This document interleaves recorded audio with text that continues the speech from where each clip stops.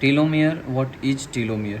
Telomere, end of the chromosome, is called as telomere, and TTAAGGG the repeats present in the telomere. End of the chromosome पे TTAGGG repeats होता है. इससे कोई ज़्यादा important चीज़ नहीं है.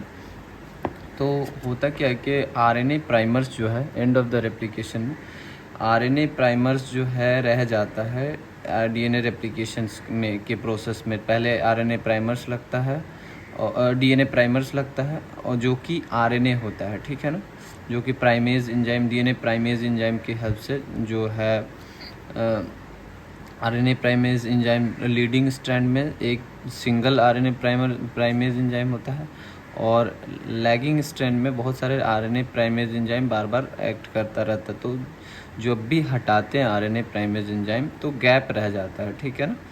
तो वही गैप को उस गैप को मिटाने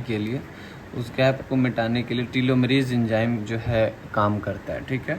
टेलोमेरेज एंजाइम करता क्या है कि इसका काम है कि ये रिपीट्स को ये TTAGGG जो रिपीट्स होता है वो वहाँ पे इसको ऐड करता है, जिसके वजह से ये जो है जो गैप है उसको मेंटेन रखता है, ठीक है ना.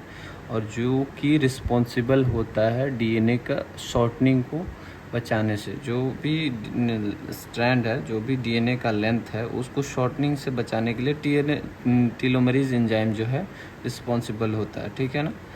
अगर ये लेकिन एब्सेंट होता है सोमैटिक सेल्स में और प्रेजेंट होता है ये germ like cells like hematopoietic stem cells and cancer cells. और अगर जो है एक्सेसिवली इंक्रीज हो जाएगा टेलोमेरेज एक्टिविटी कॉजेज कैंसर कर सकता है. अगर decrease telomerase activity causes premature ageing, ठीक है ना. Like progeria, called as progeria, which is shown in the Paa movie. Amitabh Bachchan act as the role for the premature ageing person.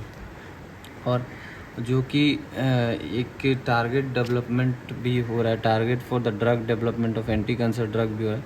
एक हेफलिक लिमिट होता है जिस एंजाइम में, जिस पर्सन में, जनरली नॉर्मल सेल्स में जो भी सोमैटिक सेल्स है बॉडी का, उसमें जो है ये हेफलिक लिमिट काम करता है.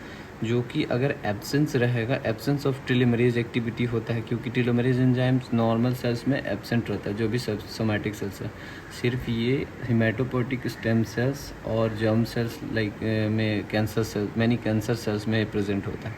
तो हेफलिक लिमिट क्या कहता है कि after more than 50 cell divisions replication potential जो है बिकम्स नील हो जाता है. तो यही कारण है कि ageing, one of the main reason of ageing ये है कि मोर देन 50 सेल्स के बाद ये नॉर्मल सोमैटिक सेल्स डिवाइड ही नहीं कर सकता है, ठीक है ना, जो कि कारण है कि एजिंग कराता है.